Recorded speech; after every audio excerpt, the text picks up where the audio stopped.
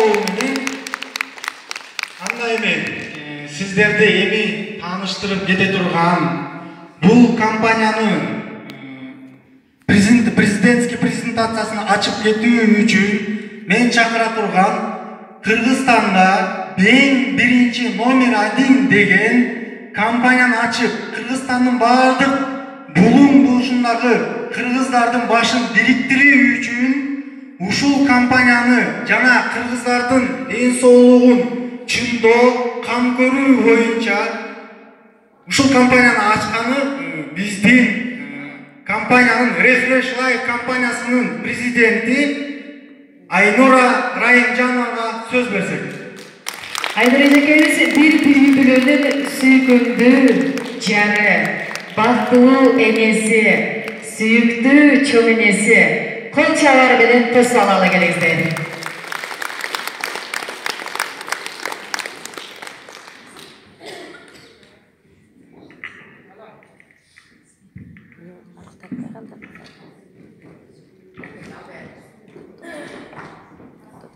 Саламатсыздарбы, Шамалы Сайдык туугандар, алыстан келген, Аксудан келген, Ташкөмүрдөн келген, Бүргөндөн келген туугандар. Бүгүнкү алтындай болгон убактыңыздарды бөлүп ушул жерге, ушул компания жөнүндө информация алып кетүүгө келгениңиздер үчүн сиздерге өзүмдүн атыман чоң ыраазычылык билдирем. Мына азыркы Рахат айтып кеткендей, март айы бул аялдардын майрамы. Өтүп кеткен 8 мартыңыздар менен ушул жерде отурган апалар, эжелер, сиңдилер келе жаткан Нооруз майрамыбыз менен баягы кыргызда айтат, өлбөгөн жанга жазда келер деп мына жаркыраган жазыбыз келди. Ошону менен кошо мына Нооруз майрамыбыз келатат. Баягы жер жарылып, чөп чыгып, ушундай амандыкты тилеп, ушул Нооруз майрамыбыз баарыбызга жакшылыкты алып келип, ушул жакшы тосуп алалы. Сүмөлөктөрдү мына бизге Шамал Сайга сүмөлөгөбүз дейт баштады. Эмне тилек кылган болсо ошонун баарына жетип, баарыңыздарга ден соолук, иштериңиздерге ийгилик, энелерибиздин баарына энелик бакыт тилейм. Каалайм. Эми сиздер менен өзүм жөнүндө тааныштыра кетсем, мен фамилиям Алимбекова, атым Айнура Райымжановна. Негизи мен госслужбада иштедим, мамлекеттик кызматкер болуп иштедим, 32 жылдан ашуун. Анын 14 жылын банк системасында иштедим, ал эми 18 жылдан ашуун юстиция министрлиги системасында иштедим, баш бухгалтер болуп. Жалал Абад областында областтык юстиция башкармалыгында баш бухгалтер болуп иштедим. Андан кийин 2005 жылдан баштап Бишкекте Чүй Бишкек управлениясында главный бухгалтер болуп иштеп ушундай иштеп өтөдүм. Ошол иштеп жүргөн мезгилде азыр сиздерге баарыңыздарга белгилүү болгондой ушу жашоону негизи эле ушу дүйнөнү десек болот, тармактык бизнес, мындайча орусча айтканда сетевой бизнестер ушундай таркап кетти. Бизге деле Кыргызстанга 2000 жылдан баштап келе баштады. Мени дагы сиздердей кылып ушундай залга бир тааныштарым баягы 2000 жылдары 96 жылы Vision деген компания келген. Андан кийин Тяньши деген компаниялар келди, Ипар деген компаниялар келди. Мени да ошол компанияларга чакырышкан. Барып өзүмө керектүү товарларды алып, өзүм ден соолугумду чыңдап, ушул компанияларда мен да аралашып жүрдүм. Бирок кийинки учурларда компаниялар көбөйгөн сайын элдерди алдап, ушунчалык бир ачылгандан жабылганы тез болуп, көп элдер алданып, кредит алышып, үйлөрүн коюшуп, көп семьялар ушул компаниялардын эсебинен канча уруш талаш болуп жүргөнүн өз көзүм менен байкап, ошолордун арасында мен дагы болдум десем жаңылышпайм. Мен дагы бир ушу французский компания деп бир араңыздарда билип калсаңыздар керек, валюта деген бир продукция менен компания келген. Ошол компанияга кирип, чоң акчаларды салып, өзүм бухгалтер болуп, экономист болуп иштесем дагы ошол компанияларга алданып калган күндөрүм болгон да. Анан ушуну мен баягы алданып калганым үчүн аябай ичим ачышып, кантип мен ушу өмүр бою экономист, бухгалтер болуп иштеп, ушунун эсебин билбей калдым деп ушундай ичимде дайыма бир ачышып жүргөм.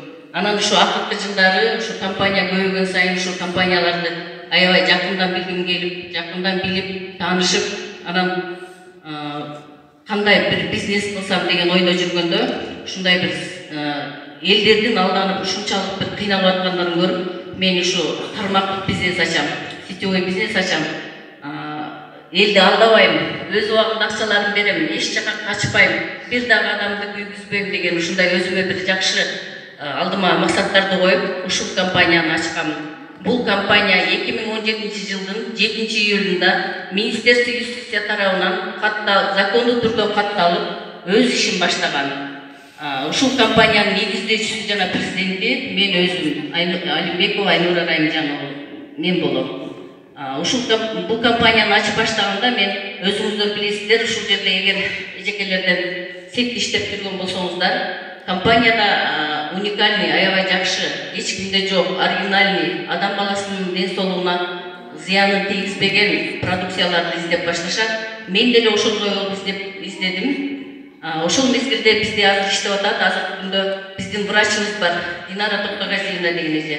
Ушул эжеге айтып калды, Айнура, Кыргызстанда бир жакшы продукция бар депчи, анан коюңуз эже, мен өзүм немемди толук айта алам да, мен Кыргызда кайсы каталы продукция болушу мүмкүн деп ушундай айткам да. Анан жакшы, аябай сонун продукция деп, андан кийин дагы айтканда, экинчи жолу айтканда, Кыргыз бальзам арашаны чыгарган кишилер дегенде мен кулагыма ошондо шак деп ушунчалык эметип кеттим. Себеби аны мен чоң элем ичкен бальзамды, кашыктап баягы дарычылыкка ичет болчу, мен ошону аябай жакшы билет элем. Анан ошо бальзамды чыгарган киши деп, анан ошол кишинин немеси менен таанышып, ал киши Кыргызстанда көрүнүктүү ишмер, медицина илимдеринин доктору, профессор, биздин Кыргызстандагы академия наукада иштеген өзүнүн лабораториясы бар. Алтымышев Арстабек Албаев деген киши бальзам, Кыргыз арашан бальзамын чыгарган киши. 70-чи жылдарда мына ушул жерде өтө деле жаш адамдар отурган жокпуз, баарыбыз орто жаш адамдар отурасыздар. Баарыңыздар билесиздер ал бальзамды. 70-чи жылдары чыккан ал бальзам бул канча чөптүн тамыры, Кыргызда өскөн чөптүн тамырларынан жасалган бальзам адам баласынын ден соолугуна аябай жакшы таасирин тийгизет деп ушул продукцияны чыгарышкан. Ошондо Алтымышев академия наукада иштеп, өзүнүн адегинде ошол бальзамды чыгарыш үчүн ошол Алтымышев Арстабек Албаевич руководитель болгон экен. Ошол эми азыркы ошол бальзам Кыргызстанда эмес, дүйнө жүзүнө таанымал да. Өзүңүздөр деле билсеңиздер керек. Кыргызстандын ушу ичимдигинен кыргыз коньягын билишет дүйнө жүзү, биздин бальзамды сурашат. Бизде Бишкекте офисте көп келишет, чет мамлекетке чыгып жүргөн адамдар бар. Ошолор дагы айтышат, биздин бальзамды, кыргыз коньягын аябай талап кылып сурашат депчи. Мына ошол кишинин ушул бальзамы дүйнөнү азыр багындырганда кыргыз арашан бальзамы. Ошону менен Алтымышев ошо бальзамды чыгарып коюп гана отурбастан, дагы изилдеп баштаганда Кыргыздын балына, Кыргызда өскөн дары чөптөрдүн кошулмаларын ойлоп ушуну чыгарган. Өзүбүздүн балдар